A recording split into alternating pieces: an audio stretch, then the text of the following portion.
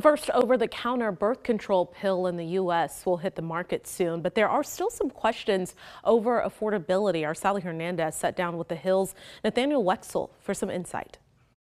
Nathaniel, thank you so much for joining us today. I want to talk a little bit about what you were uncovering over at the Hill about the over-the-counter birth control pill. What is the first barrier we're looking at? Yeah, so the first and the primary barrier is just going to be cost, in that we don't know how much this drug is going to cost when it hits the market sometime, probably in the next month and a half.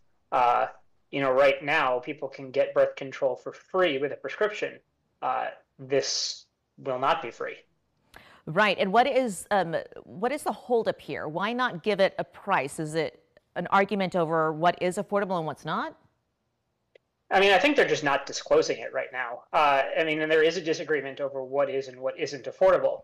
And there are studies that show even just a little bit of a charge, anywhere between $10 to $15, might prove a barrier to some people. And really the benefit of having birth control over the counter is probably going to be for the people who are uninsured. Those who don't have a doctor, those who can't get the prescription covered, those who can't get a prescription in general. So if they can get birth control over the counter for a reduced price, it's going to be much easier for them. Nathaniel, what did you find out about insurance companies? Would they cover any kind of over-the-counter birth control pill? Yeah, so right now insurance companies generally don't cover anything over the counter. They have to cover birth control under the Affordable Care Act if it has a prescription.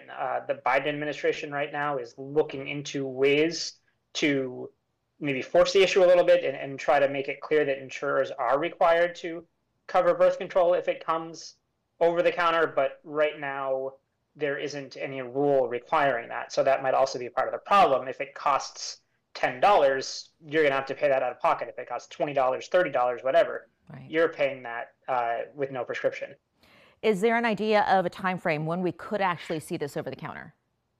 Yeah, so the company has said they're putting it out in the first quarter of this year. So really anytime between now and the end of March. Okay. Nathaniel, what is the next step? What do we need to figure out now?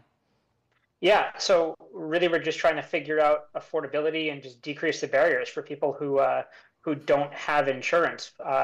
Advocacy groups are calling on the manufacturer and on the retail stores to make sure it's affordable, not to charge much more than $15. So we'll see what happens when it hits the shelves. We appreciate your reporting. Thank you so much for joining us again. Thanks.